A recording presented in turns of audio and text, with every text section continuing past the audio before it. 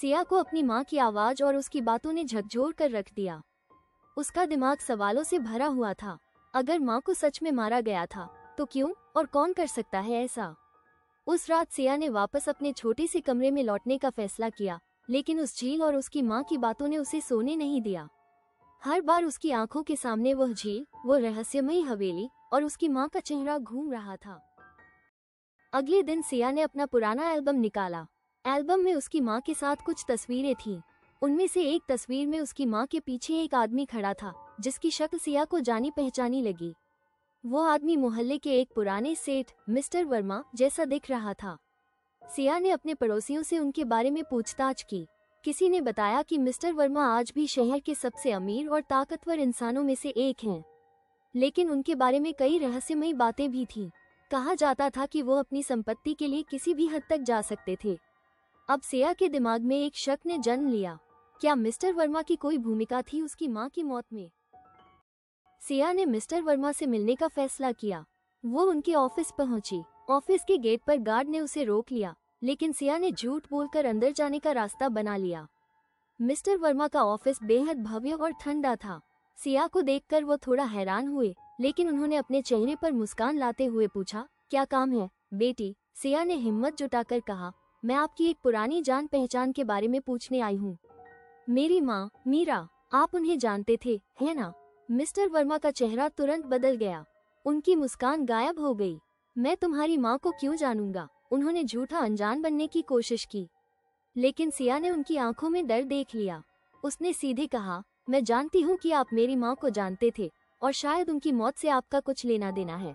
Mister Verma ने घबराकर कमरे से बाहर निकलने का इशारा किया, लेकिन इससे पहले कि वो कुछ और कह पाते, सिया ने उनके डेस्क पर रखी एक फाइल देखी।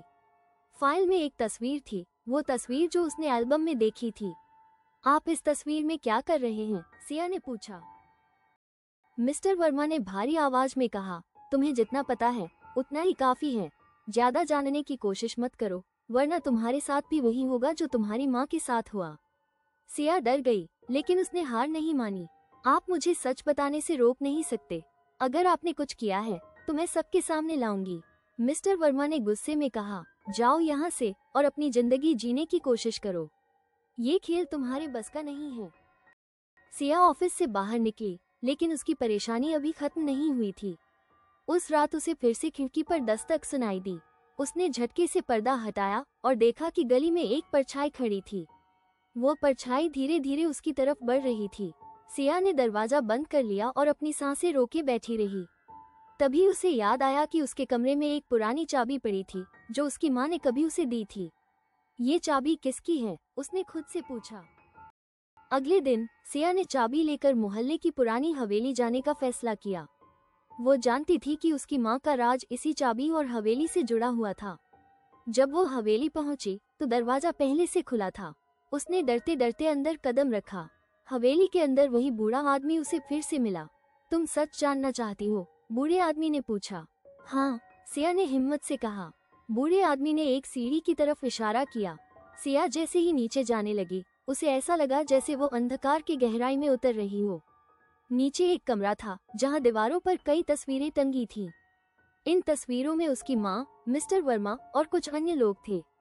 तभी उसे पीछे से एक आवाज सुनाई दी, तुमने बहुत गलत दरवाजा खोला है सिया। अब तुम्हारी कहानी यहीं खत्म होगी। सिया ने पलटकर देखा और मिस्टर वर्मा वहां खड़े थे, हाथ में बंदूक लिए। क्या होगा आगे? क्या सिया अपनी माँ की मौत का सच जान पाएगी? क्या हवेली में उसे कुछ छिपे हुए दस्तावेज मिलेंगे जो उसकी माँ और मिस्टर वर्मा के बीच का संबंध उजागर करेंगे?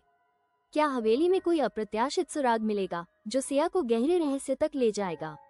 या फिर कोई नया खतरा उसके रास्ते में खड़ा होगा जो उसे सच से रोकने की कोशिश करेगा? अगली कड़ी जल्द आएगी।